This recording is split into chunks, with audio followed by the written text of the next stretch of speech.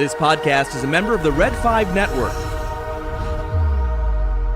For more Red 5 Network podcasts and content creators, visit bio.link/Red5.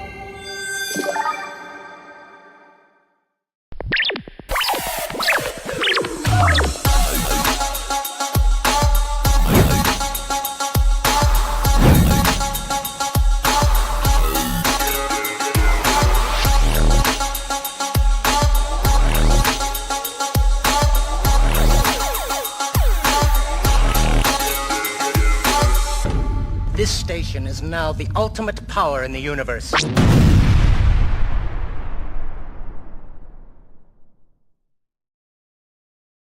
That is right. Welcome, everybody, to the live edition of the Scarif Scuttlebutt podcast. My name is Ro, and that is Brad. How Hey-o. are you, sir? Hi-oh. Good. If you are not here to hear a couple Disney shills talk about a Disney project, you can leave the chat now.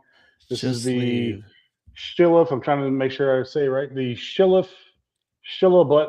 podcast tonight. We'll change the name next week. And How's it? I'm just gonna let you know right now before you. If my scuttlebutts are anything less than 5 from here on out, I will let you know. We don't have to wait till the end. I'll just let you know.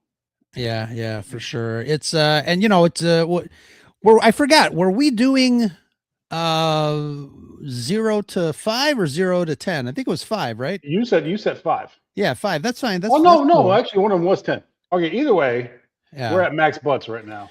I like you know big what? scuttlebutts, and I cannot lie. Excellent. 10 yeah, it's scuttlebutts. I think, for a while there, I was saying that I was saving like 0.5 scuttlebutts for something fantastic to happen. But I think you're right. Yeah, I think it's one of those things where, it might be gearing up for me to kind of use that half a scuttlebutt point there. But we'll see. But excellent, gentlemen. How are you doing? I'm doing good.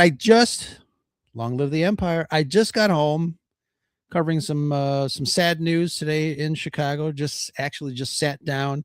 We were doing live shows on every show and segment. Police officer was killed today on the north side, my old neighborhood, actually, over at the Swedish Covenant Hospital, which a little Star Wars tidbit, Harrison Ford was born at that hospital. Oh wow!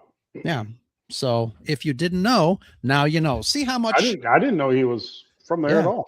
Oh yeah. You see some useless information, as my wife would say. I'm full of useless information. Yeah. Speaking of Harrison Ford, just on a tangent, and obviously that was crappy news, and sorry you had to cover that today. But Harrison Ford, just on him. If you guys aren't watching Shrinking, do so. If you have Apple TV, you have access to it. The man still got it. He's what, 80? No, he's 84. Right, somewhere in there. And he's still got it. So his comedic timing is precious. It's hilarious. He's just hasn't missed a beat.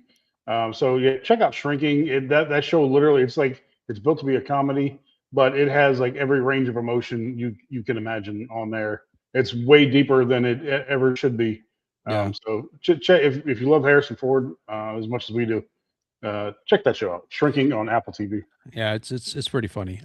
We do have a guest tonight. We're going to be talking about ShadowLord. I keep wanting to say Shadow Maul, but well, there you go. Darth Lord Shadow Maul. Yes. I like going to the Shadow Mall. Everything is half off. Oh my God. Hey-o. We have a wonderful guest tonight. We're going to be talking about the Darth Maul series, Bad Guys versus Worse Guys, as Sam Witwer said. But if you guys are familiar with the rundown with CJ, our pal CJ, coming to us live from my favorite coast, the East Coast. I think he's in Boston. Have you ever been to Boston? I grew up there. Oh, very nice. Well, I mean, I grew up like 45 minutes outside Boston, but Littleton, Acton area, he'll know. Yeah, absolutely. So last week, I rolled a video, and actually on Instagram, it's doing quite well, over 20,000 views, and people must like, looking at posts while other people suffer. But that Star Wars laser disc that I lost in the flood, I lost some other things.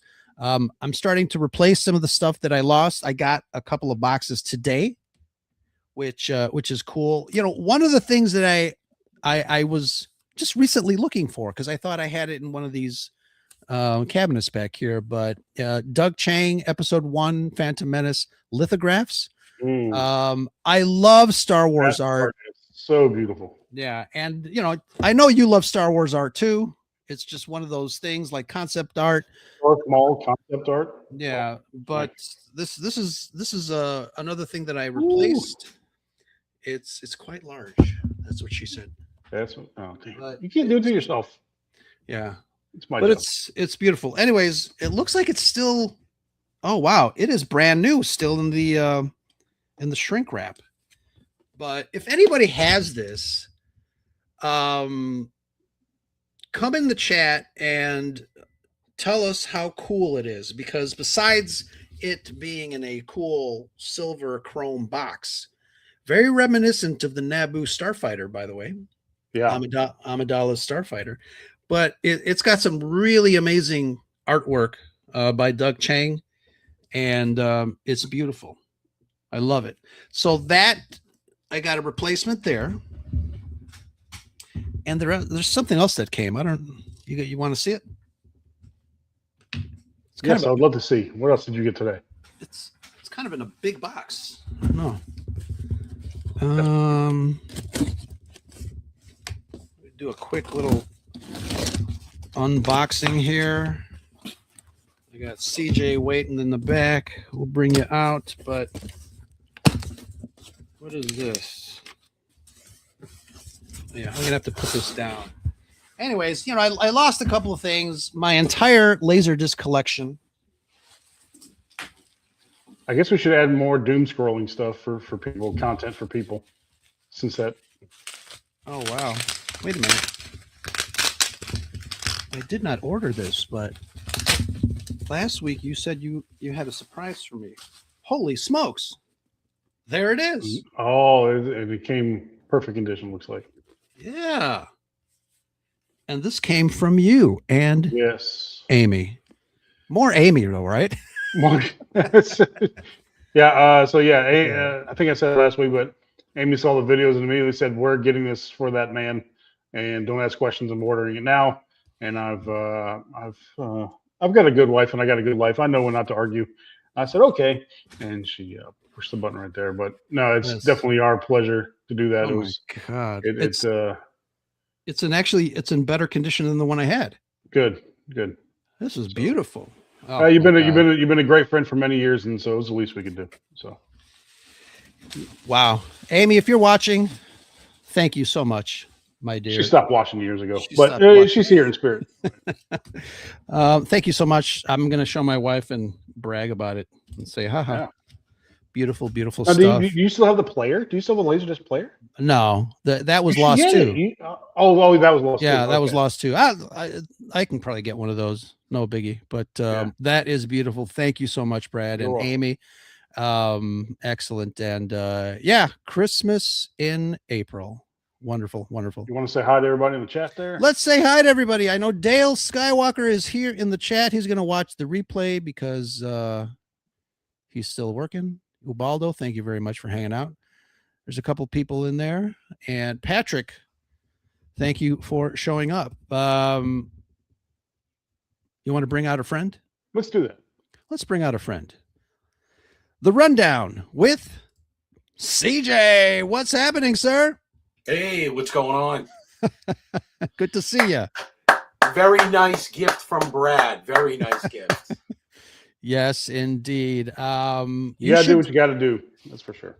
You should see what he got me the last time. I texted him. I said, "You got to stop buying me stuff." We ignore him. That's teamwork right there, fellas. That's okay. Teamwork. So definitely Boston.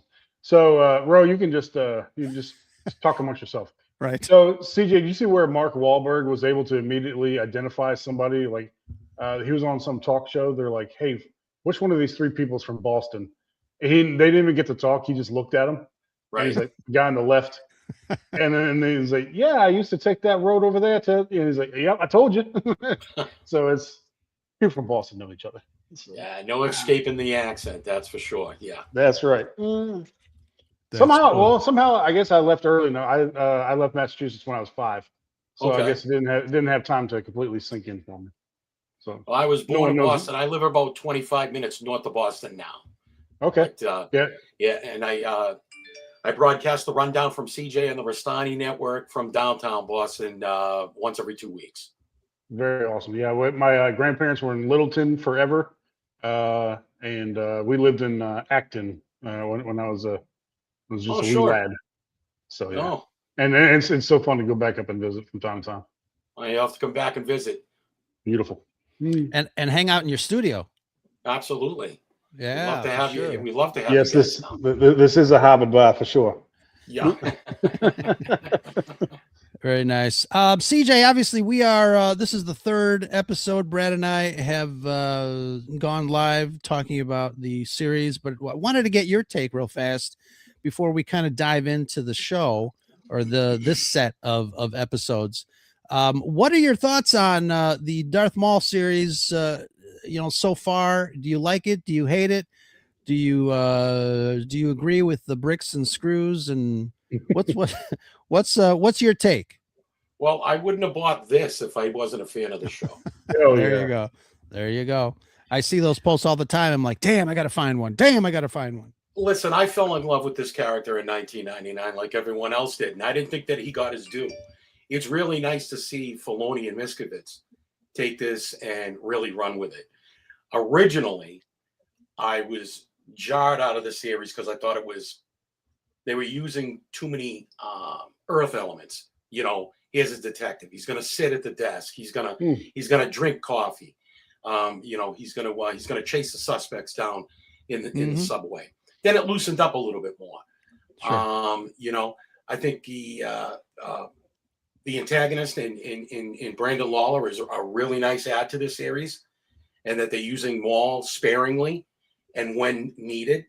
I think it adds to his backstory, and the artwork is absolutely beautiful. So I'm digging it. Episode 1, 2, I was kind of on the fence. 3, 4 sold it for me. 5, 6, I loved. Oh yeah, absolutely. I think it's definitely going, this way in the trajectory. Yeah, I don't know how it can keep going. Like, not to, again, sounds chillerific, but yeah. So CJ, what were your let's take it back a little bit before we go back to the series. What were your thoughts when you said you didn't think Maul got his due in episode 1? And of course, I would agree with that. What were your thoughts when they brought him back for the Clone Wars in his spider form? Were you happy to see him again, or were you like, oh, there they go, raising the dead? What did you think? Well, yeah, I was hoping they weren't going to jump the shark with them, but when he's rescued by Savage Opress in the Clone Wars, and you gotta understand the timeline with this series. This new series takes place, I think 18 years before the Battle of Yavin. So it's coming on the heels of the Clone Wars and supersedes the Rebel series. So I really enjoyed having Maul back. I thought that he had a backstory that needed to be told. I thought he was a really creative character, and for him to be cut short in The Phantom Menace and not carry over to any of the other films was a travesty for me. His small cameo in Solo didn't really sell it for me. So, I dug the Clone Wars. I dug the Rebels as well. As Robitaille, I wrote a 6-part article on Ahsoka. I was kind of hoping that, they were going to maybe go live action with this, but Filoni decided that he wanted to do animation with this one. And I'm kind of glad that he did, because he's got a lot of leeway. He's got a lot of area that he can tackle that they probably couldn't carry out on live action. And the artwork is it's phenomenal. So I'm sold on it. I was waiting for him to come back and have his return. And I think we're going to benefit from this series. I think they just got renewed for a second series. Yeah. You know, it's you guys mentioned the artwork, and we Brad and I have talked about the artwork and how special, how spectacular and different it is. Do you feel like if it weren't in this particular art style, do you guys feel like it still would have the same connection with the series? Do you guys feel like it adds a lot, or does it add more to the feeling of the series? CJ? I do. I Yeah, do. And you can do so much more with them too. I mean, you could take greater liberties in animation sure. and be more grand than you can with a live action film, while having to, um, uh, be subject to green screen or shooting it, in a small location and being restricted to what you can do. But yeah, I like this kind of gothic painting art style. I think it adds to the Shadow Yes. Lord Mhm. vibe that they want Star Wars fans to have. Yeah, there's a grittiness, and it Yeah, kind of blends with his character. He's hiding out underground, the planet and the criminal elements. It's just very rough. And I love that. Brad and we've Yeah. been talking about that all the time. yeah. Yeah, absolutely. So There are there are two pieces I think of Jedi, or I'm sorry, of Star Wars animation that I think are truly art. One is this show, and the other one I was watching earlier today, the Star Wars: The Old Republic animations that they did for that game. And in those two, like, so yeah, I mean, Rebels had its own look. Clone Wars, after you got used to it, was a pretty cool look to it. Um, we won't talk about the show that you like, Resistance. But Star Wars: The Old Republic, those animations that they made for that game, with Satele Shan and Darth Malgus, and then this show here, they are so beautiful. You are in the Star Wars universe when you're watching these things. It's just they're gripping. yeah, I think last week I mentioned the fact that there's just so much detail and texture in these shots. Last week when we had Maul having tea with Devin and in that dark tunnel or whatever. I mean, there's so many nice little nooks and crannies. And even from a cinematic standpoint, I think this week's episode really demonstrated how masterful the whoever directed this just kind of designed the shots. We talked about camera placement and camera movement and composition and characters moving, within the frame. It really is planned out like a live action high end Star Wars show, and I'm loving it. Obviously, as somebody that takes a look and into more detail about what the shots look like and how they're composed, this show has really impressed me. For it being an animated show, so it's fabulous. Yeah. CJ, what are your general? I mean, we you talked about a little bit how he could do more. Something that's come up here multiple times now. Do you, number one, do you feel the same way? But that for some reason animation seems to be so far ahead of live action, right, in the Star Wars universe. It seems like they can handle animation. They treat animation so much better than live action. Do you agree with that? And if so, why do you think? I do agree with it. First off, with animation, you can make anyone believe anything. You completely take them out of their comfort zone when you provide great animation. I think there's a reason for that. I think that when you have horrible CGI, people are not buying it. They're distracted. They're not paying attention. With animation, the world is your oyster. I mean, Yeah. we seen it, and we saw it in the last two episodes. The lightsaber battles were intense. Mhm. The subway shots when they're coming out of the tunnel and they're having that lightsaber duel was something that rivaled Mad Max. I mean, it's just unbelievable. The attention to detail on the clone ship escape is something that couldn't have been pulled off in what 30 seconds of screen time with as much detail and finesse as animation. Plus, it's more vibrant. I think that It provides, especially with this shadow art style, a color palette that people are not used to, and it goes with the back creative story and just sells it as an entire package. I think you can do much more with animation than you can with live action. Now, I don't know if that's because these companies are terrible with their CGI, especially Star Wars as of late. But yeah, I mean, that's what I think anyway. But for some reason, it seems like they're treating the character types, the archetypes, better in animation, and maybe it's just the groups, the specific, writing and directing groups that are on these projects. But we talked about the Mandalorians actually acting like Mandalorians in Right. this show, and then let's put the Sith Inquisitors back up there again for being menacing and terrifying. Yeah. Which they missed the mark with that totally in the Obi-Wan series. Even stormtroopers in the series are a little frightening. I mean, if we wanted to get into the start of the show here, that first scene with the Star Destroyer that goes overhead, there are some slow shots where all you see is the city, and you see a big ass shadow that's going over it, and you can sense the dread, you can sense the fear that the Empire is here. They didn't want Lawson didn't want to call the Empire, but here comes that shadow of that very familiar, beautiful Star Destroyer. And, Brad, thank you very much. Long live the Empire. Just wanted to mention that. But, but it's, again, it's just thoughtful filmmaking on this, plane of animation here. And and they got I to mean, bring. go ahead, Oh, CJ. I'm sorry. Oh, I was just going to say, and they got to bring back a character I think people felt they were cheated out of in Ahsoka, Marek.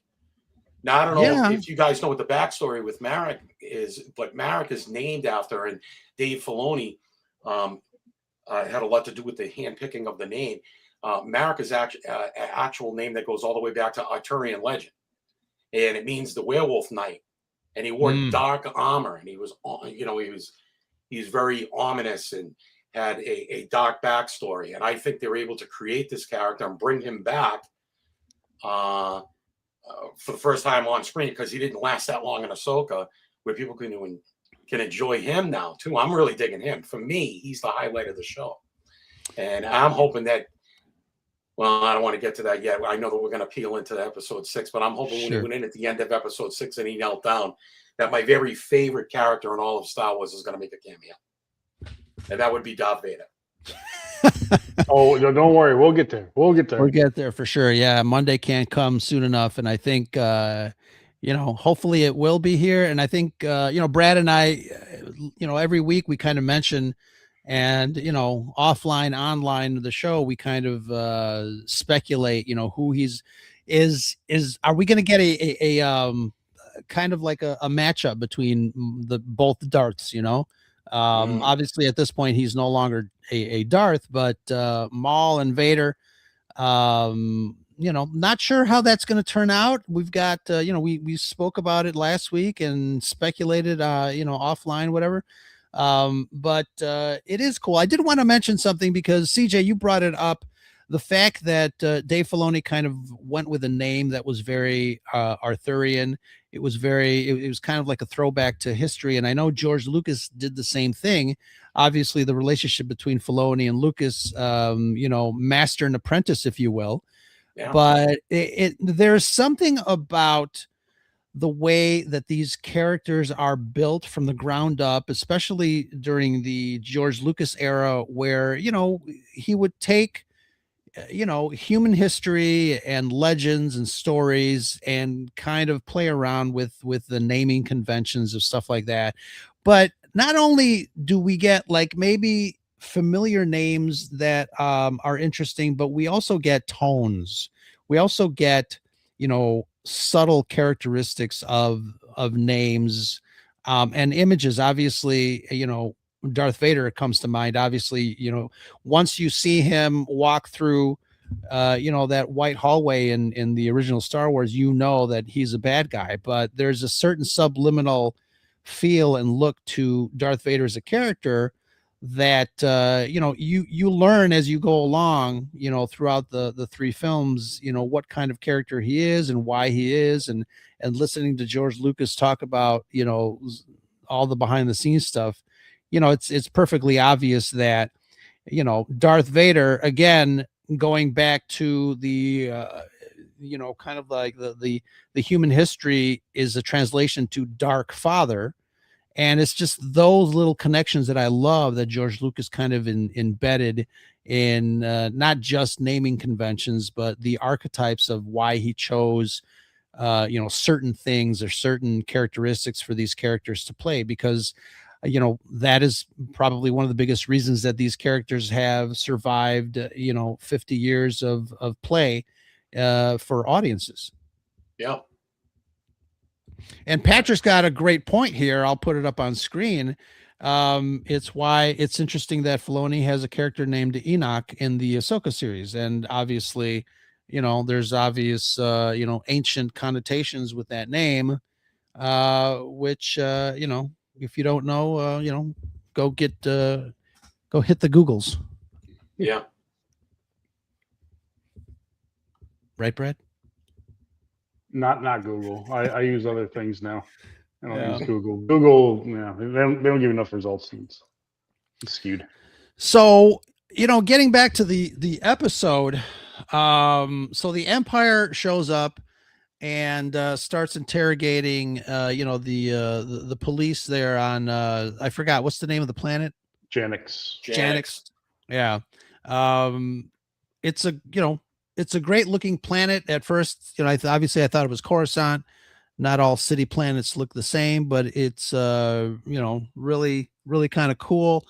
And I mentioned the fact that even in this animated show, the stormtroopers are quite frightening. And I really love that, we're kind of getting back to basics. And it's fantastic. I guess you mentioned the Star Destroyer earlier, and this goes for both episodes. Can we talk about how a Star Destroyer is the ultimate backdrop? And it's just it's not moving at all. It's just sitting there in the sky. Yeah. But with that but with that symbol, I mean, very Scarif, or I'm sorry, Jeddah in Right. Rogue One. Just sitting above the city, and like how that the symbolism there of how powerful the Empire is just looming over everything. I think that's just masterfully done. Paint a beautiful Star Destroyer and just stick it right there above the sky, in the sky. I thought that was amazing for both episodes. Yeah, absolutely. It's funny because Anakin's in the Bible too, by the way. For anybody, we're talking about Bible and Enoch and all that. Anakin's in there too, just for anybody wanted to really go down some rabbit holes. Yeah, Backyard TARDIS, thank you for stopping by. That's Nick, another member of our Red 5 network. Check out his channel, Adventures in Locksmithing. And it's we were talking about last week, we were talking how Star Wars really does droids well. CJ, what are your thoughts on that little probe droid that he called the Imperials impy shinies? I like his kind of speech pattern. It's always, it's Brad knows that I don't like mixing science fiction with comedy. He wants no for the humor. most part. No humor for this guy. But no, I mean, I again, just droids are well done in Star Wars. You can't go wrong with droids in Star Wars. No. I mean, even Two Boots, as annoying as his actions were. Okay, there you go, CJ. Found one. No, I mean, screw that guy. Still screw that guy. Listen, Ro will tell you, I mean, I'm a huge 3PO guy. I've always loved droids. I mean, I even loved Lola and Obi-Wan. But listen, Two Boots just doesn't do it for me, boy. Oh, there he is. That's my boy. Two Boots doesn't do it for me. I don't like his name. I think it's ridiculous with the boots, but he's losing his boots. He's no boots now. Yeah, there's always a chink in the armor in any Star Wars content with me. I found it in him, and that's okay. I just, but in terms of the Maul's probe droid, I love him. I think he's great. he's everywhere he should be at the right moment, and I like his plucky little attitude and his cynical little jokes and his voice. I don't know. Does he have a name? I don't know. They called him a spy bot. I don't know if they've given him a Yeah. name. I'm sure somebody in the chat will. Yeah, I don't know if you guys caught it, but he also he's called the great. Imperial probe droid a trash droid. Yeah, He's he's great. They trash make a droid. Black Series figure of him. I'll be first in line to buy him. Oh, He's great. absolutely. And Yeah. Lola, I mean, you mentioned that droid. Like that was one of the best parts from the Obi-Wan series. Yeah. You know, I think it's one of the redeeming qualities of that show. Yeah. Yeah, like I said, Star Wars does droids pretty well. Yeah. Can't complain. It's kind of an HK-47 attitude. Going back to some KOTOR references, some assassin droid references. Yes. So we get the first appearance in this show with is Merrick the first brother? He is. He's obviously he's the Inquisitor. He's the first brother. And he is the first brother. That's right. Yeah. So I think a while ago I posted something regarding that, and Sam Whitworth liked and responded to me saying, "Tell me everything," which was kind of cool. But obviously, Lawson gets into the interrogation room, and he's sitting there. One of the details that I really love about this scene is prior to that, Lawson's lieutenant boss, or his superior officer, was brought in to be interrogated. But once Lawson sat in there, he was looking around, and I love the way that they give characters an opportunity to kind of look and be still for a while. It's almost like they're letting the audience do the same thing. Like I mentioned, texture in the frame. It's really cool that they're doing the same thing. Lawson looks around, he sits at the table, and he noticed scratch marks on the table, like somebody's being tortured, interrogated, in not so nice fashion. But it's really great that there are these scratch marks on the table, and you kind of get a feeling of dread, like what's going to happen. And then all of a sudden, there's movement behind Lawson, and Merrick is there. He puts his hands on his shoulders and says, "Tell me everything." So it's a really great introduction to a fan favorite, I guess, at this point. And like you said, CJ, I think that character kind of goes a long way later on as he goes and searches for something. And I'm going to ask Brad a question regarding Merrick's character in a little bit, but what did you guys think of the interrogation scene? I know, there was a hologram of Maul in there, and obviously they're looking for him. But Brad, what'd you think of that scene? I mean, I love to see. The foreshadowing or just the references, like you said, with the fingernail marks on the desk. One of the we talk about the sequel trilogy all the time. We not in kind terms. But one of the things I did like about the sequel trilogy is when Kylo Ren was able to use the Force to extract information from like Poe Dameron, and since then they've shown a few other people being able to do that as well. It's good to see that, and it's good to it show the power of the Force and the power of the dark side to be able to influence people and kind of advanced interrogation techniques, right? And kind of violate someone, when you think about it, because it is kind of a violation if you're entering somebody's mind without permission just to get information. And I think that goes a long way. It goes hand in hand with the dark side and Sith wannabes or whatever. So it's interesting. Brad, I wanted to ask you, and CJ, you can chime in too. Did Merrick use a little bit of a relatively new Force power? I mean, we talked about it regarding the sequel trilogy, but psychometry. He went around, touching things and feeling, and I think there was even, if I'm not correct, there was even a flashback during that little thing where he kind of made a connection as he felt around and touched some of the damaged walls that were present there during the search. I thought that was pretty cool. Yeah.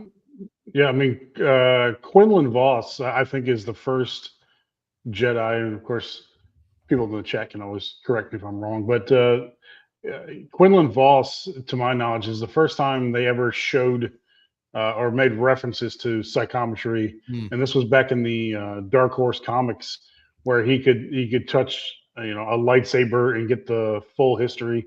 And the most beautiful representation of this was in Episode 7, where Rey touched Anakin's / Luke's lightsaber, and everything that was of course that is probably the talk about Arthurian legends. That's pretty much Excalibur as far as Star Wars goes, and seeing the entire Star Wars saga just by touching the lightsaber. So it's an amazing ability. Yeah, I like that. And obviously, supposedly there was going to be a scene where Rey sees the battle on Bespin between Luke and Vader from a different perspective, and I think that would have been kind of interesting to see. I like that power, and I like when kind of Star Wars introduces new Force powers. I know to me it's a little unexpected in an animated show, because the way people think about animation is like, I don't want to say, people might say that it's unofficial, but I know a lot of folks are not into, watching the animated shows for whatever reason. They're only into the movies and stuff and the TV shows. But, really, if you're missing on this animated, especially this show, it's pretty phenomenal. I wanted to ask you guys, because there is, the two Jedi that are hiding from the Empire at this point in the story. He wants to leave the city and hide in the forest, et cetera, et cetera. Devin wants to not do that. Devin wants to kind of head. There was a time they had a conversation on the ledge where Devin actually was telling her Jedi Master that maybe we should team up with Maul to fight the Empire. And I wanted to give you guys a follow-up question. Do you feel at this point that Darth Maul really was interested in taking down the Empire in whatever form or fashion? Because obviously he has such hatred against Palpatine for what he did. Thoughts, CJ? Yeah, I'd love to hear CJ's thoughts on that. Oh, okay. So do you want me to tackle the Maul question first, or the Iko Sure. Diodaki first? Yes. Okay. Yes and no. I think it's a dual motive for Maul. I think we saw that. We talked about this earlier tonight, that when Savage Opress saves him, when he's that spider droid, right? He had gone mad because he was so consumed with rage for revenge. I think Maul still has that inexplicable rage within himself that he needs to carry out against Palpatine at any cost. So by involving the criminal underworld, by involving the seedy underlings of the Star Wars universe that help him gain traction, that will get him to closer to his target to get his revenge, or at least an attempt to. I think also ultimately in the back of his mind, he has not forgiven Kenobi, and that's a target that comes later in the Clone Wars. So sure. I mean, in the Rebels. Series, right? Sorry. So yeah, I like Devin. I don't like Io Diodaki. I just don't like the character. Dennis Raysberg is a great voice actor. Sure. But I'm just not buying his motive for hiding and this whole Order 66 running, and he's got perfect teeth. It's just such a distraction on the screen for me. But I do like Devin, because I think Devin is going to be a pivot character.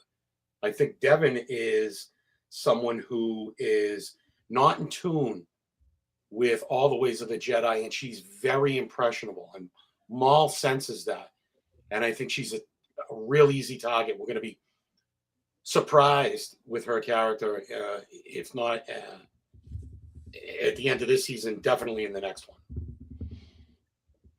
So Yeah, Brad, what do you think? Well, I was just looking at Patrick's statement up there. I don't.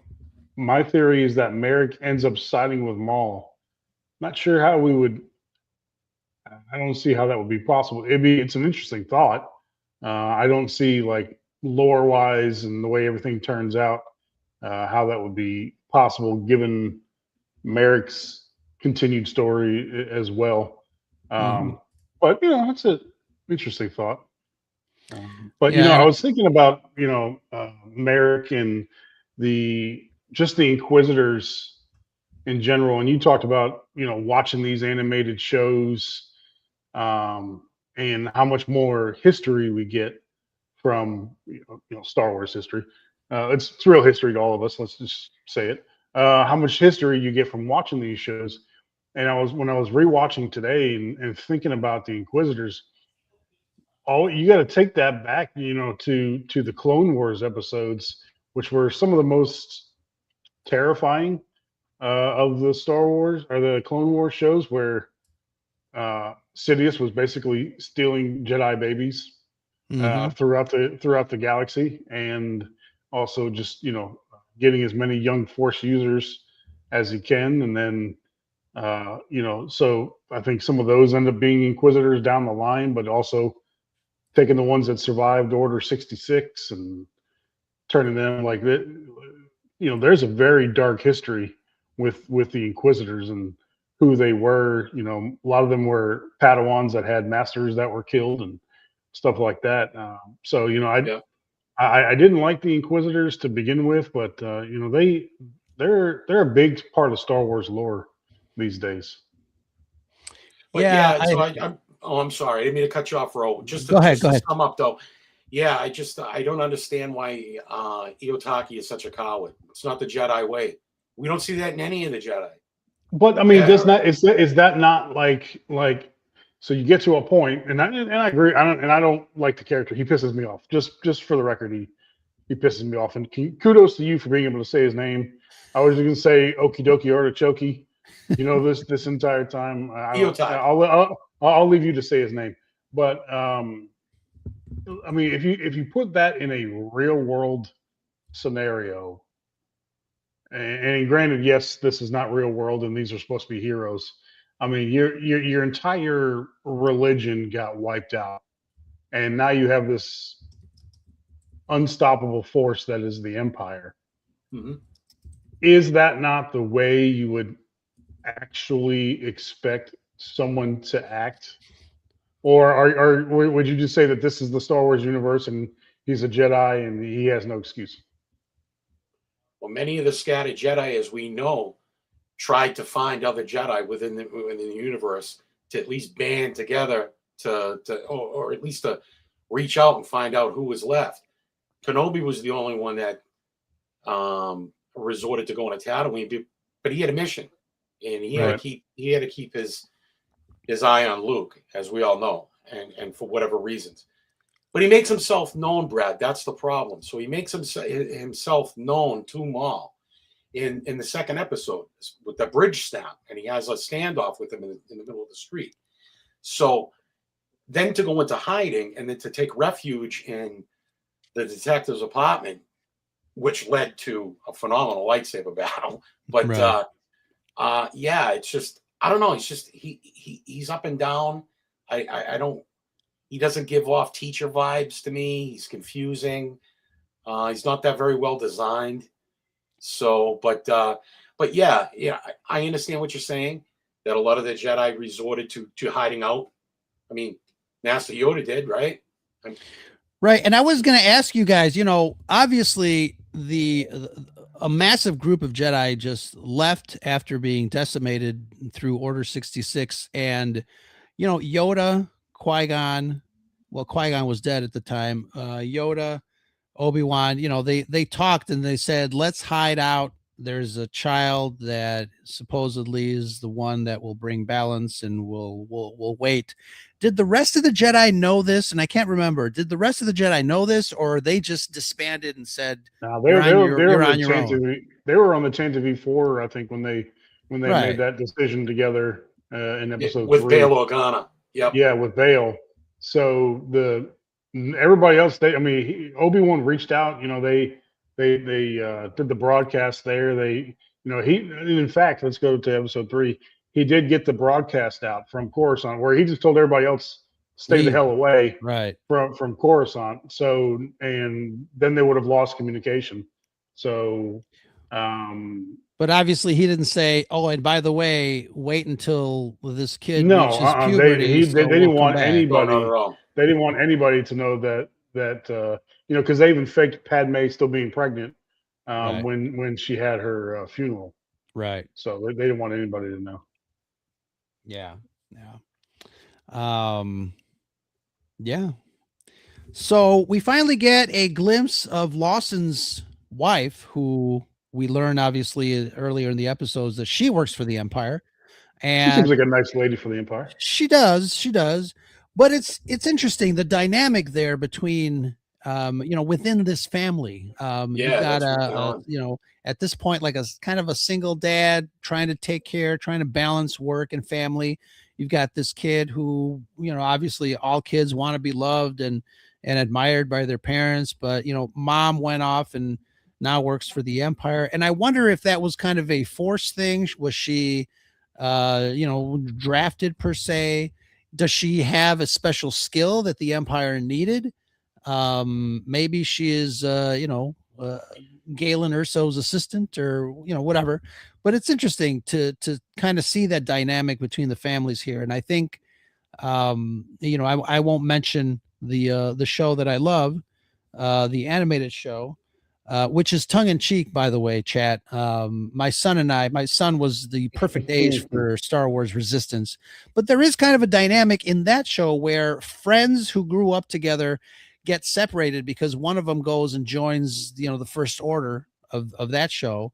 But it's kind of the same thing here. And I think that is done by design to kind of try and see what dynamic persists when, one member of this family, don't believe in what the Empire is doing, but then another one is working for the Empire. And I think that creates kind of a very interesting dynamic, don't you guys? I do. And then what do you think she is? Who do you think she is? Well, I originally thought after the interrogation with Marek that he got the feelings that Lawson wasn't telling him the truth and he was going to tail him back to the apartment. After that, I had second thoughts. The mother ratted them out. The mother turned on turned her husband in because he knew he would be harboring those Jedi. Whether that was going to bring the level of violence that it almost caused, I don't think she quite understood was going to take place. But Sure. I think she was actually the catalyst. I think she was the Phantom Menace, so to speak, and that she, with her, That's duty dark. to the Empire, If that's the case, that's dark. turned him in. I mean, how can a mother work for the Empire and know that her son is left home alone on Janix, and her husband is the second highest law enforcement agent on the planet in the capital city of Janix, and they have an invasion by the Empire, and the best she's going to say is, "Trust stormtroopers; they bring order. I gotta go." Yeah, but you know what? The interesting thing is there are people that were okay with the Empire doing what the Empire was doing. I think maybe she is one of them. Maybe she actually believes that the Empire is there to keep the citizens safe, and trust the stormtroopers, trust the Empire. Well, Maybe then by that's doing so, she would want to hand over those Jedi to Marek. sure. Yeah. I just assumed it was two boots, but now that you're saying it, it does make sense for sure. Sure. And so to your point about the Empire, CJ, you mentioned your issues with the Jedi Master, and I don't necessarily have an issue with it, but I would say that Lawson maybe a little ahead of his time because we've talked about propaganda and everything on the show before. I don't think many people knew what the Empire really was. This is shortly after Right. uh, Order 66 and the formation of the Empire. And of course, the Empire had the best PR team at this time imaginable, and they Right. so I don't think many people actually knew what the Empire was or actually stood for, at least at the core of it at this point. And so there's something a little bit off about Lawson, or again, maybe he's just ahead of his time to know what the Empire actually is. And later on, he goes and asks for help from a former, I think she was a bounty hunter who is turned into a nightclub owner. Yep. And there's an interesting dynamic there too, because the son doesn't know anything about this relationship. And Right. at first I got this notion like, well, is this family split because of Lawson's relationship with this woman? And that's why she said, I'm leaving you, I'm going to the Empire. But again, I think these are probably adult themes that we are kind of infusing into the situations that may or may not, come to fruition, or even matter at this point. But it kind of, creates an interesting dynamic between Lawson and this nightclub owner. I saw somebody's post that Lawson was a former bounty hunter because of a comic book. I'm not sure if that's correct or if I misread that, but it might make sense because of that. But either way, I think Lawson does have his head on the right in the right place, and his heart in the right place. Obviously, juggling with his son. One thing that I really like, and one thing that I didn't like about the Ahsoka show, for kind of comparing apples and apples here, the Ahsoka show, the season really felt like it stretched out. Like it could have been a little bit more compact. There were some story elements that were needlessly just stretch out. And we are 6 episodes into this series, and some of the story beats are really compact. I mean, they could have stretched out the fact that Lawson was harboring these Jedi for another 2 episodes to figure out what these Jedi are going to do. Are they going to hide? Are they going to fight? Whatever. But in the same scene that Lawson discovers them, Merrick shows up, and all hell breaks There are no loose. minutes in the show. Absolutely. And I think that's great about the show because it keeps the momentum going. It keeps the story moving. And That's a perk of animation. Yeah. Yeah, You absolutely. can keep the beat like that. I mean, just think about it. You're going to have an animated drag out drawing or right constructing that amount of content to stretch it out over 2 or 3 episodes. Absolutely not. I think the whole point of animation is to have a speedy beat like you were just talking about, Yeah. Whereas film, I you could fill it in with dialogue and shoot longer scenes. Yeah, I rewatched the 6th episode today. We've got Night of the Hunted, I think it's called. Episode 6. I rewatched it today, and I was like halfway through it, and I was just thinking, I can't believe how much they packed into this show. Like, I paused it just to see how far along I was, and like 12 minutes left of the show, and I'm like, I know how much is coming. I cannot believe how much they packed into this show. I mean, they really did. Each one of these episodes, although it's a great continuation, great storyline all throughout, each one of these seems to be almost a standalone story. That's why animation was the right choice for this yeah, Yeah. absolutely. I mean, episode 6 starts with Maul practicing by himself.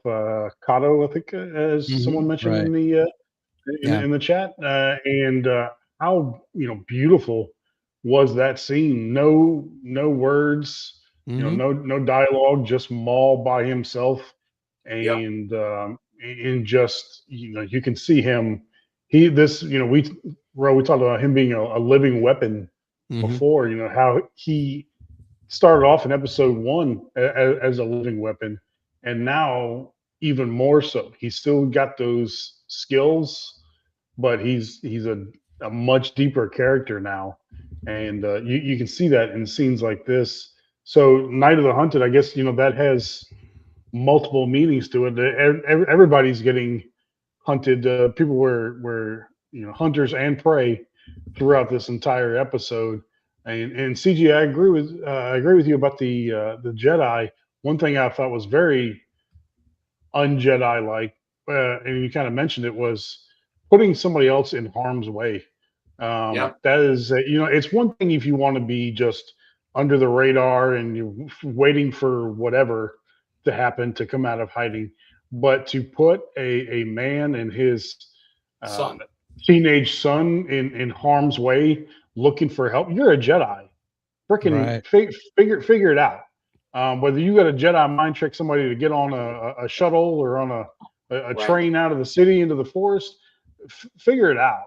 Right. But going to somebody's, tracking somebody down without invite, going to their In his apartment home, and right? Yeah. in his home, that is, so he's trying to do the right thing, but in that case, I think he completely betrayed whatever values he had left in putting them in the harm's way.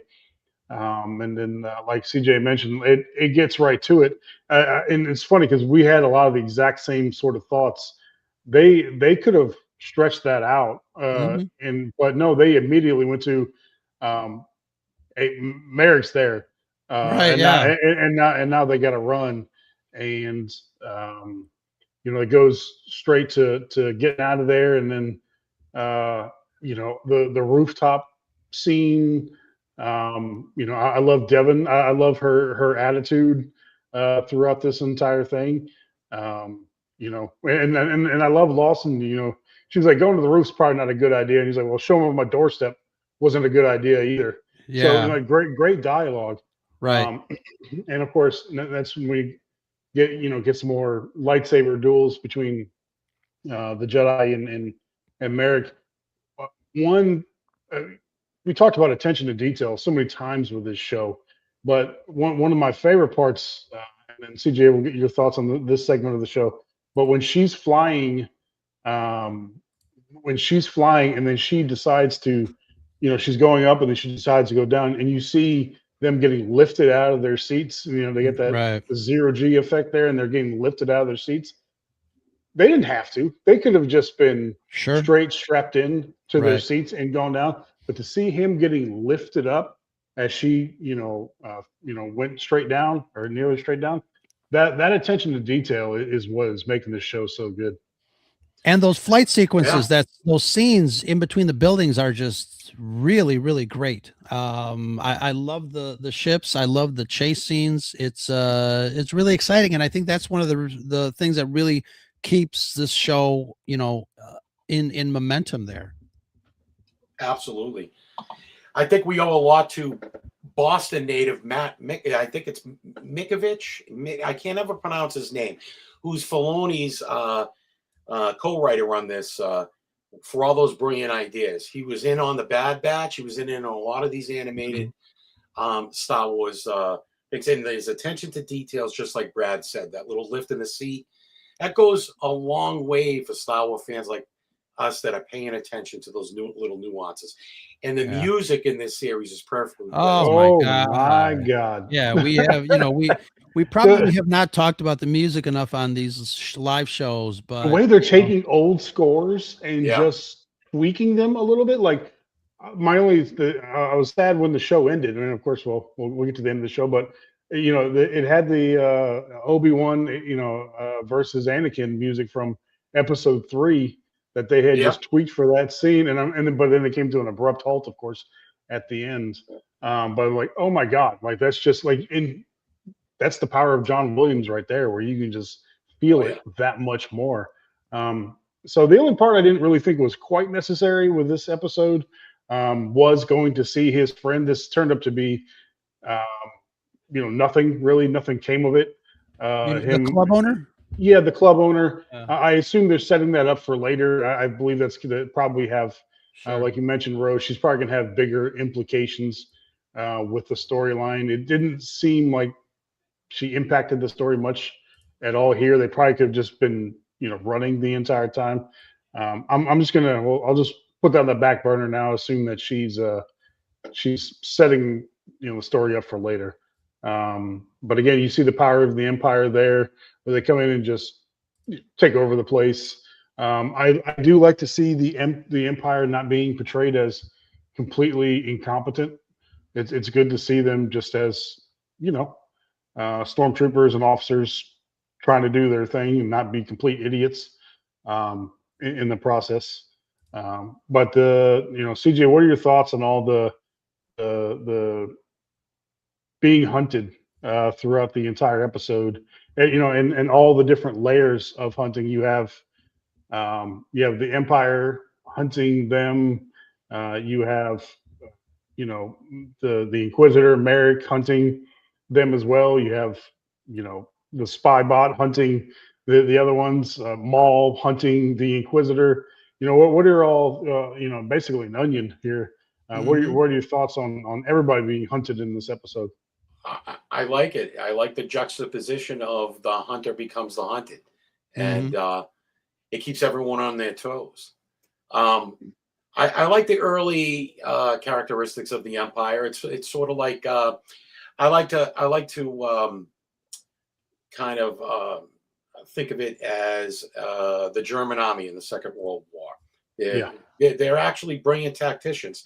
Now, is their goal politically correct? Maybe not, but they are smart individuals and they're great war tacticians. So I do like the way that they're kind of sculpting the early Imperial army. But who's hunting who? Maul is not being hunted per se. He's also hunting. And everyone's on the run, keeps everyone on their toes. I like it. It's fast paced. It's gonna really unfold in the second season. I can't wait to see what comes next. I haven't been this happy about a Star Wars series in quite some time. So this is good content. As Ro will tell you, I wasn't big on the Acolyte, and kind of don't worry, you're good company. I was ready to almost check out. Yeah, and then and then Skeleton Crew came along, and I enjoyed it. And then this came along, and I'm glued to my seat every week now. CJ, we're going to have you on more often. So Ro, I'll be honest with you. When the trailer came out, and you heard the line, "Where's Maul?" and then you see Maul on top, and he says, "Oh, I'm right here." I was like, "Oh, when I saw the trailer, I thought maybe that might be a little cringy right there." And then it happened in this episode on the nose, and it was, in my opinion, perfect as far as timing goes, and pardon my French, I'm right here, motherfucker. Did you see Merritt back up over whatever it was? But just rewatch the scene. Did he really? When he comes down and Merrick actually backtracks with his lightsaber out and folds himself over something and retreats a little bit to create distance. And the tunnel is just raging by. This is the kind of detail. This is the kind of detail that I love about this show, because you're right. I mean, even the little smirk when Merrick ignites the helicopter blade, and Maul is like, "What the hell is that?" You can even see like that little. I'm telling smirk. you, that's one of my favorite. And there's symbolism here, and not to look too deeply into everything. But we talked about, Maul's thoughts on the Empire and what Sam Witwer has said about Maul, where he says he did not believe it was going to be this soulless, mechanized thing that it turned into. And I've always hated the helicopter blade for the Inquisitors. I thought it was a stupid thing, especially when they actually use it to fly. Right? There's we betray physics all the time in the show, but that one was just kind of over the top. And I always thought they were kind of stupid. And kind of gotten used to them over the years. But you see that he uses, his is all electronics, and there's servos making his spin. And then you see Maul. Manual. Yeah, he ignites that second blade and goes nearly as fast as what he was, what the Inquisitors is going, except his is by his own power and through the power of the Force. And that shot was amazing, I thought. Oh yeah. You know, it seems like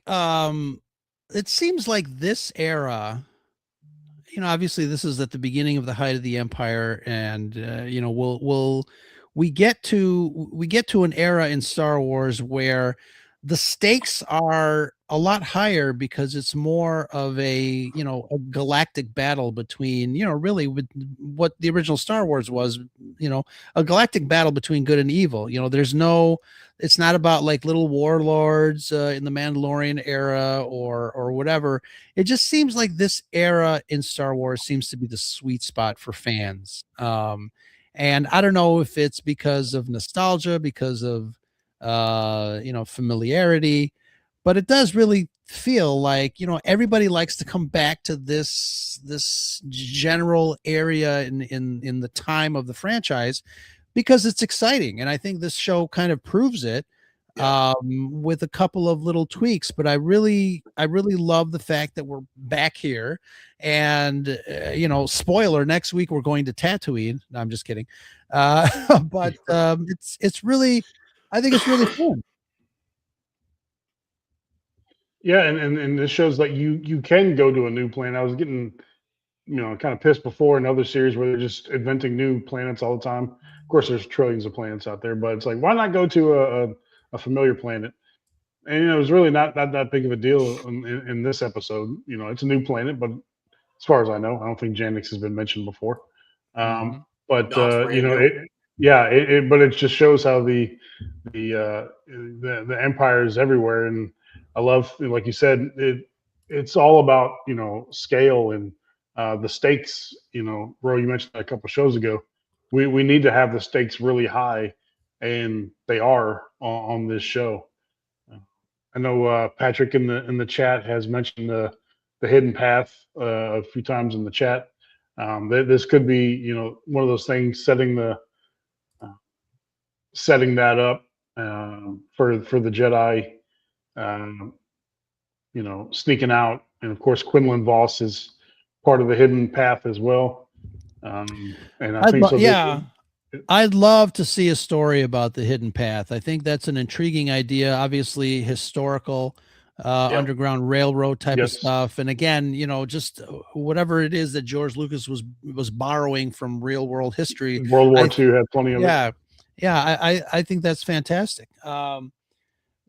Anything else that we want to say on the second episode? Because I think, you know, it kind of talk about the last scene. Talk about the last scene. Obviously it crescendos with that lightsaber battle on the train as they are whipping past, and I love that. But you know, the kinetic energy. But it ends with him on one knee. Talking to his master, which I'm assuming is the Emperor. It has to be. Well, I feel like it's Vader because Vader is in charge. Wasn't there? I thought there was a. So in some case, like when in the comics, they gave it away. I've seen it both ways where they belong to Palpatine, and they're, you know, kind of supposed to be watching over Vader as well. And I've seen others tellings where they work directly for Vader. I kind of like where they're independent of Vader myself. But I think they're a cloaked figure though. I think they're. Yeah, I'm looking at a frame now. Yeah, I'm looking at the frame now, and it does look like a cloak. Usually from here. Usually, when the Inquisitors or anyone for that matter addresses Sheev Palpatine, he's master. He uses the word Lord, and only that's true. Vader is known as Lord Vader. In did he use Lord? Yes, he used Lord in this case. Yeah. I think he's relaying. I think he's going to relay this message to Vader. In Ro, can you throw up that? In the hopes that he's going to tell Palpatine, and ultimately Vader is going to make his way into this series. I'm hopeful. I think so too. And hold on. And I'll be out of my mind. Yeah, bring that up. I like to watch it again. The only thing is that if I bring up a Disney Plus, it won't show. It'll just be a black screen. Can you screen capture it? Yeah. Yeah. Actually, I think I can. So while you're trying to do that, see, so we've talked about Vader being used for things like this, and the question has come up: is Vader overused for things like this? Your thoughts on that? And then, if he does show up, which we both think he will, how do you see that playing out? Well, no, I think Vader is the face of the franchise, and all of this. Most of the Star Wars story from the entire Skywalker saga, the Clone Wars, and this series all hinge on Anakin / Darth Vader. He's the central character in Star Wars, and they can never use him too much. I don't think they overuse him. What was the second part of that question, Brad? How do you see this playing out if he does go there and there is an altercation or something happens between him and Maul? How do you see that playing out? I would like to see a duel. Yeah. I would like to see a duel. We know that he's probably not going to get struck down, but I would like to see some lightsaber action for sure. Who wins? Yeah. It might be a draw. It might be a draw. Again, they, like I said, I think last episode, they like to show Vader getting his ass whooped these days. Does not it here end with, though. Not here. Does it end with Maul cutting his legs and his arms off? His expendable. No. No, I think Rhodes said, I think it's going to be a draw. Yeah, I think it's going to be a draw. I think circumstances. A lot of monologue. Yeah. But here's that frame. It's a little truncated there, but it says, "My Lord, I can confirm the presence of Maul." And it's my Lord. So, yeah. I mean, it's got to be Vader. The guys in the episode 1, they said, "My Lord, is that legal?" to Sidious. Yeah. Oh, that's okay. true. Yeah. You got me there, Brad. Yep, you're right. Of course, they were only Viceroy, and those guys were idiots. So, but it's possible. Yeah. I just don't know. I just thought it was a cloaked figure. I'll go back and if I have to rewatch it the third time, I will. Which I will anyway. I don't see how it could have been Vader with a cloak. I think you're right, though. I do see it kind of a cloak. Send Vader to take care of it, probably. Yes, right. But I just think it was Sidious that he was talking to. I think that's the plan. He's talking to Palpatine, and Palpatine is sending Vader to take care of things. But you could talk about attention to detail. If you listen to Merrick in that one, you can hear his voice trembling a little bit when he says this is a little bit. He's a little more dangerous than we thought. You can see like he's kind of spent at that point, and you can actually hear a little fear in his voice. I thought that was amazingly done. Yeah, very cool. Yeah, it's good. So, do you guys like that there's 2 episode drops every week? Does that make a difference for you guys? I do. I think it works for this series. Yeah.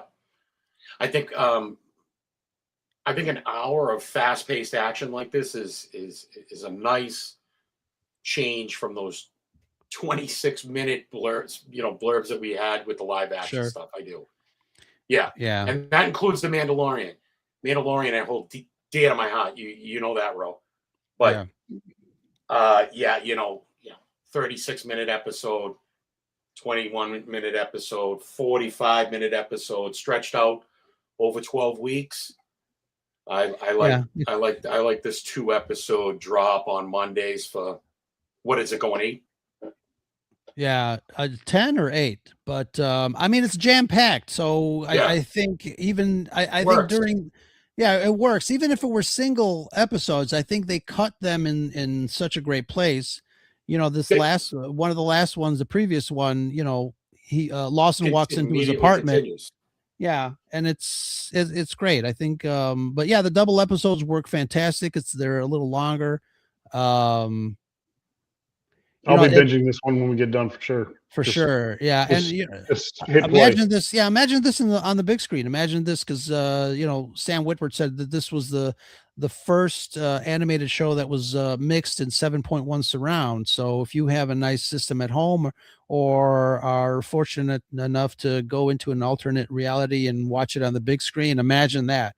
They definitely took their time in crafting this series, and I wish not to knock on other stuff, but I wish they would take the same time and care to craft some of these other stories, because I think Star Wars deserves nothing less. Yeah.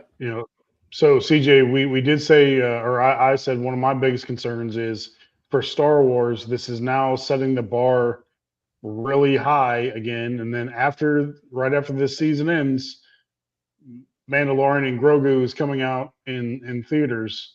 One, are you excited about that? And two, do you think it's gonna be able to keep that bar high that this series is setting it at? I do. First of all, Filoni and Favreau work hand in hand.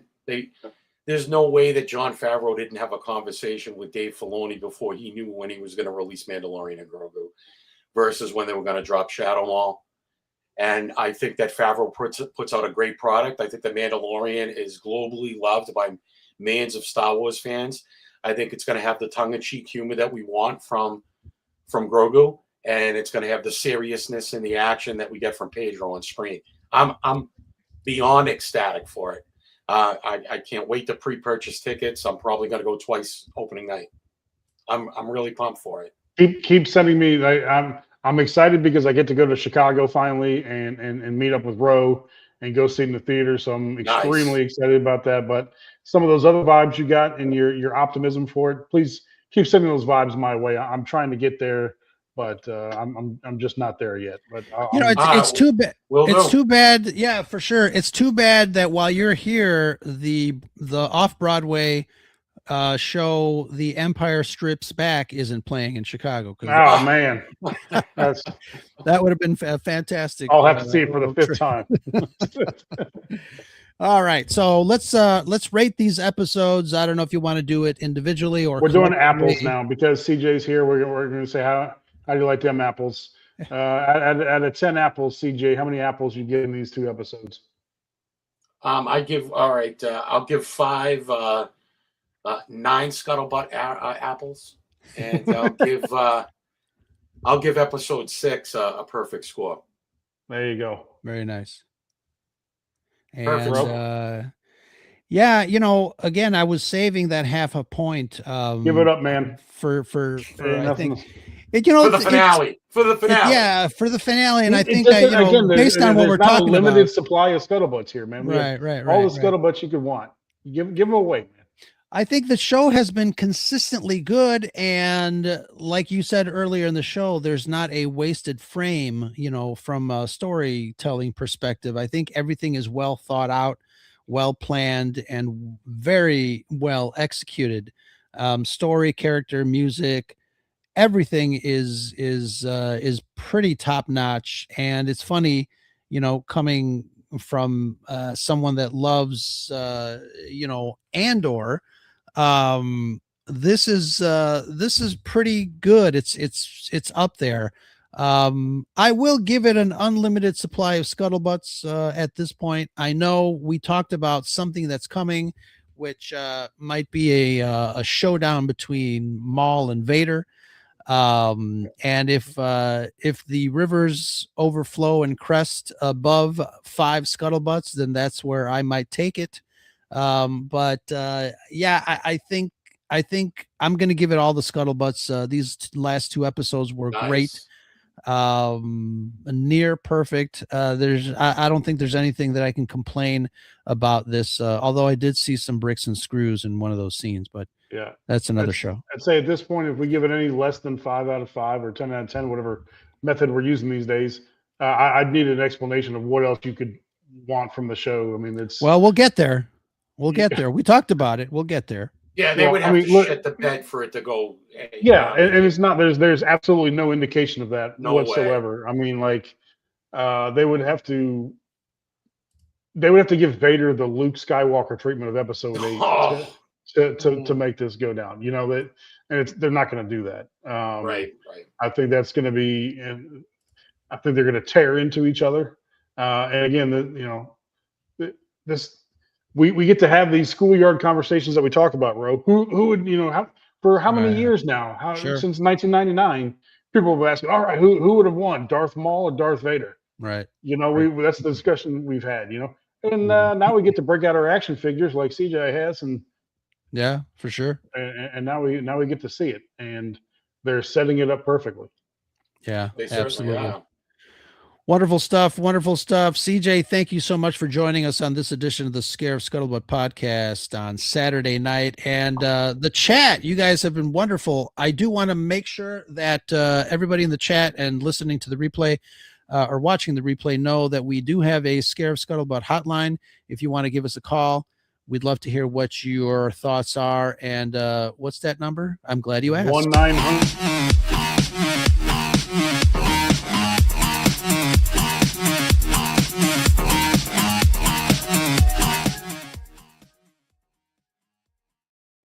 I figure I did the animation, might as well play it, right? I was just gonna say 1-900 Scuttlebutt. $4.99 a minute. You know. Well, yeah, I should look that up and see if I can get that. That'd be hilarious. Maybe someone would call us.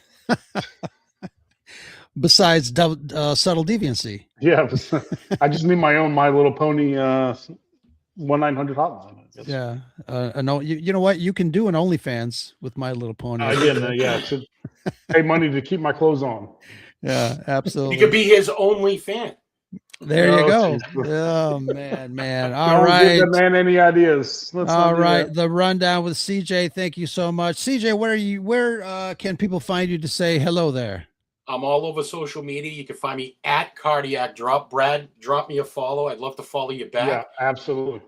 I write on medium.com. I publish stories every couple of weeks. I write a lot about Star Wars, a lot about pop culture.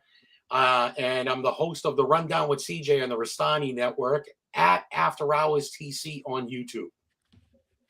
Beautiful stuff. Beautiful stuff. Brad, you have any announcements before we take off? No. And no one wants to find me on social media, so don't look. Go bother Brad. But CJ, thank you so much. And thanks so much for having me, guys. Thanks, CJ. It's absolutely. been awesome. Keep watching the show.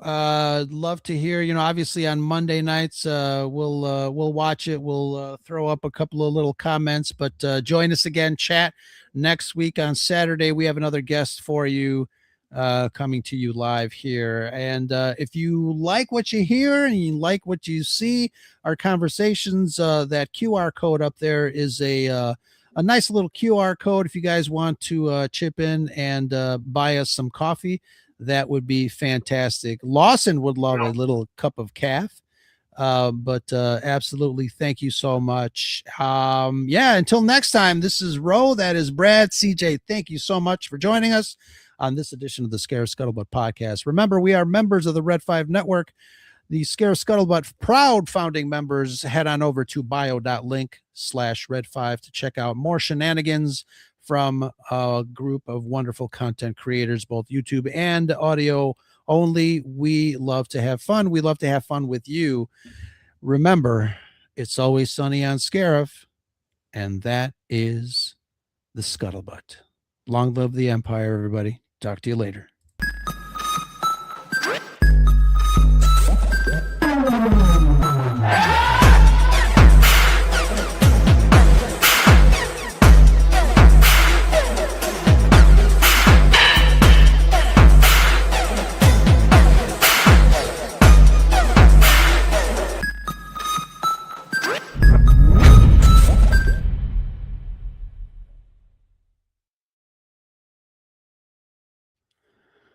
Peace out, bronies. Only ponies. Oh, CJ left us already? Yeah. Oh, he's a great guest. He does that. That's funny. Yeah, he's a good guy. He's a good guy. Give him a follow on the socials. When you drop these as podcasts, do they go into our normal numbering system? No, because they're bonus. Why don't you just make them part of the normal numbering system? You probably have. It's too late now. Not just redo the entire thing. I don't know why you wouldn't put them in the normal, you know why? Because I call them bonus episodes. I mean, if I go to SoundCloud, it'll give me, like right now we're at like what, 300 and whatever. Yeah. But the numbered episodes are the ones that are more just audio. That's a and, full discussion on the. yeah. Oh, we're still live. Thanks, Backyard Tatus. Well, thank you for. In this case, Backyard Tatus. Backyard Tatus. Yeah. Oh, we're still live. Well, yeah. Here's behind the scenes. Yeah. If you think Roe should add this to our normal numbering system, give us a like and a follow and share. All right. Something, and that's the scuttlebutt. And there you go.